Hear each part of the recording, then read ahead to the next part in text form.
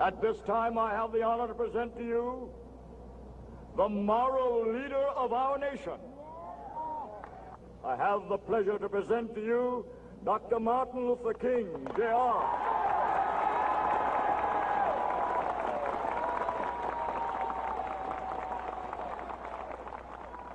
I am happy to join with you today in what will go down in history as the greatest demonstration for freedom in the history of our nation.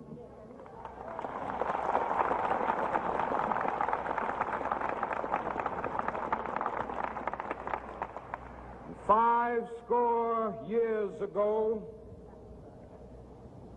a great American in whose symbolic shadow we stand today signed the Emancipation Proclamation. This momentous decree came as a great beacon light of hope to millions of Negro slaves who had been seared in the flames of withering injustice. It came as a joyous daybreak to end the long night of their captivity. But 100 years later, the Negro still is not free. 100 years later, the life of the Negro is still sadly crippled by the manacles of segregation and the chains of discrimination. 100 years later, the Negro lives on a lonely island of poverty in the midst of a vast ocean of material prosperity. 100 years later, the Negro is still languished in the corners of American society and finds himself in exile in his own land. And so we've come here today to dramatize a shameful condition. In a sense, we've come to our nation's capital to cash a check. When the architects of our republic wrote the magnificent words of the Constitution and the Declaration of Independence, they were signing a promissory note to which every American was to fall heir. This note was a promise that all men, yes, black men as well as white men, would be guaranteed the unalienable rights of life, liberty, and the pursuit of happiness. It is obvious today that America has defaulted on this promissory note insofar as her citizens of color are concerned. Instead of honoring this sacred obligation, America has given the Negro people a bad check, a check which has come back marked insufficient funds.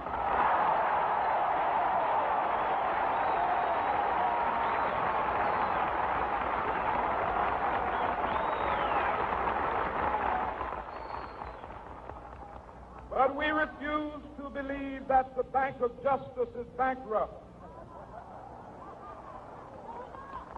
We refuse to believe that there are insufficient funds in the great vaults of opportunity of this nation. So we've come to cash this check, a check that will give us upon demand the riches of freedom and the security of justice.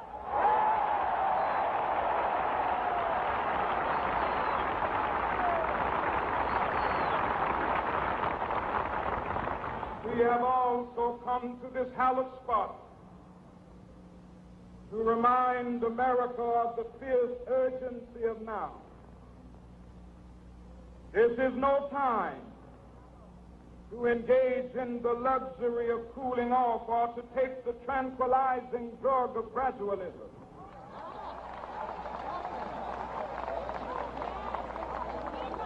Now is the time to make real the promises of democracy. Now is the time to rise from the dark and desolate valley of segregation to the sunlit path of racial justice. Now is the time to lift our nation from the quicksands of racial injustice to the solid rock of brotherhood. Now is the time to make justice a reality for all of God's children. It would be fatal for the nation to overlook the urgency of the moment. This sweltering summit of the Negro's legitimate discontent will not pass until that is an invigorating autumn of freedom and equality. 1963 is not an end, but a beginning.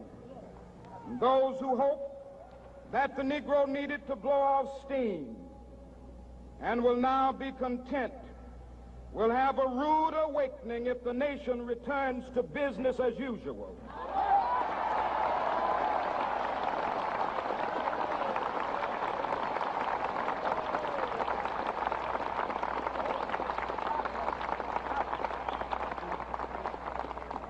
There will be neither rest nor tranquility in America until the Negro is granted his citizenship rights. The whirlwinds of revolt will continue to shake the foundations of our nation until the bright day of justice emerges. But that is something that I must say to my people who stand on the warm threshold which leads into the palace of justice. In the process of gaining our rightful place, we must not be guilty of wrongful deeds. Let us not seek to satisfy our thirst for freedom by drinking from the cup of bitterness and hatred.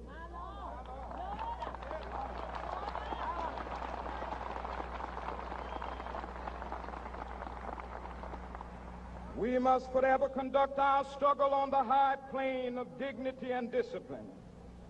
We must not allow our creative protests to degenerate into physical violence. Again and again, we must rise to the majestic heights of meeting physical force with soul force. The marvelous new militancy which has engulfed the Negro community, meeting physical force with soul force. The marvelous new militancy which has engulfed the Negro community must not lead us to a distrust of all white people. For many of our white brothers, as evidenced by their presence here today, have come to realize that their destiny is tied up with our destiny.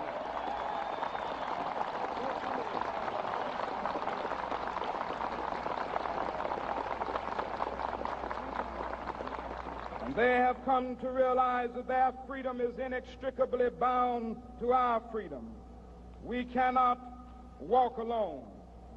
And as we walk, we must make the pledge that we shall always march ahead. We cannot turn back.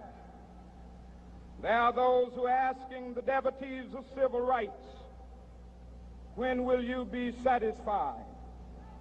We can never be satisfied as long as the Negro is the victim of the unspeakable horrors of police brutality. We can never be satisfied as long as our body is heavy with the fatigue of travel, cannot gain lodging in the motels of the highways and the hotels of the cities.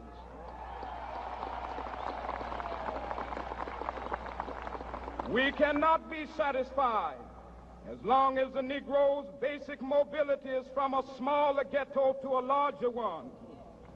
We can never be satisfied as long as our children are stripped of their selfhood and robbed of their dignity by signs stating for whites only.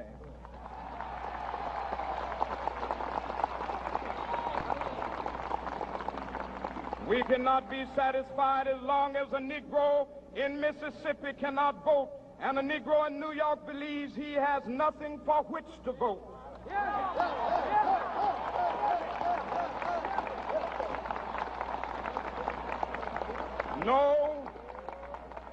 No, we are not satisfied, and we will not be satisfied until justice rolls down like waters and righteousness like a mighty stream.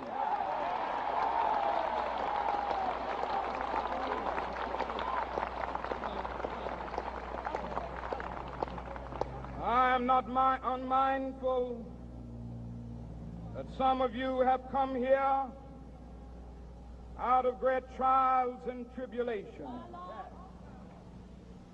Some of you have come fresh from narrow jail cells. Some of you have come from areas where your quest for freedom left you battered by the storms of persecution and staggered by the winds of police brutality. You have been the veterans of creative suffering. Continue to work with the faith that unearned suffering is redemptive. Go back to Mississippi. Go back to Alabama. Go back to South Carolina. Go back to Georgia. Go back to Louisiana. Go back to the slums and ghettos of our northern cities. Knowing that somehow this situation can and will be changed. Let us not wallow in the valley of despair. I say to you today, my friend,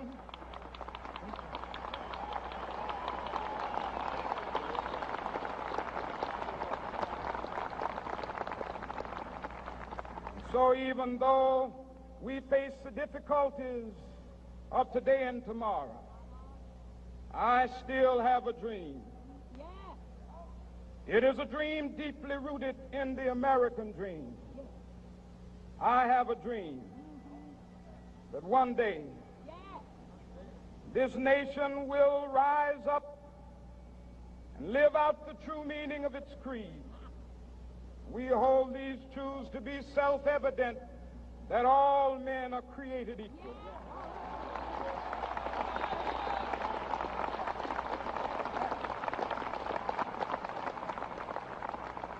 I have a dream that one day on the red hills of Georgia, the sons of former slaves and the sons of former slave owners will be able to sit down together at the table of brotherhood. I have a dream that one day,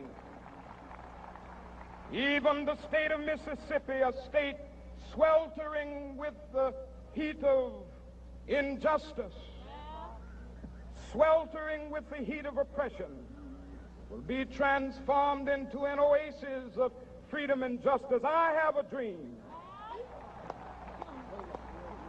that my 4 little children will one day live in a nation where they will not be judged by the color of their skin, but by the content of their character. I have a dream today.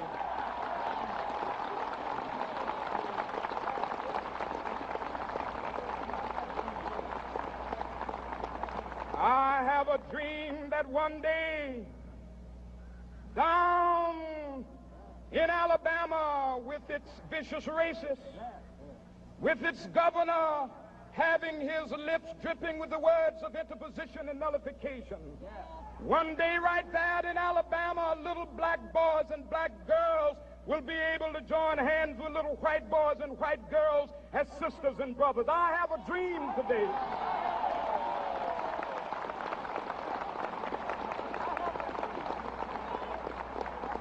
I have a dream that one day every valley shall be exalted, and every hill and mountain shall be made low, the rough places will be made plain, and the crooked places will be made straight, and the glory of the Lord shall be revealed, and all flesh shall see it together. This is our hope. This is a faith that I go back to the South with. With this faith, we will be able to hew out of the mountain of despair a stone of hope. With this faith, we will be able to transform the jangling discords of our nation into a beautiful symphony of brotherhood. With this faith, we will be able to work together, to pray together, to struggle together, to go to jail together, to stand up for freedom together, knowing that we will be free one day. This will be the day. This will be the day when all of God's children will be able to sing with new meaning, my country, tears of thee. Sweet land of liberty, of thee I sing. Land where my fathers died, land of the pilgrim's pride. From every mountainside, let freedom ring. And if America is to be a great nation, this must become true. And so let freedom ring. From the prodigious hilltops of New Hampshire, let freedom ring. From the mighty mountains of New York, let freedom ring. From the heightening Alleghanies of Pennsylvania, let freedom ring. From the snow-capped Rockies of Colorado, let freedom ring. From the curvaceous slopes of California. But not only that, let freedom ring from Stone Mountain of Georgia. Let freedom ring from Lookout Mountain of Tennessee. Let freedom ring from every hill and molehill of Mississippi, from every mountainside. Let freedom ring. And when this happens, and when we allow freedom ring, when we let it ring from every village and every hamlet, from every state and every city, we will be able to speed up that day when all of God's children, black men and white men, Jews and Gentiles, Protestants and Catholics, will be able to join hands and sing in the words of the old Negro spiritual, free at last, free at last. Thank God Almighty, we are free at last.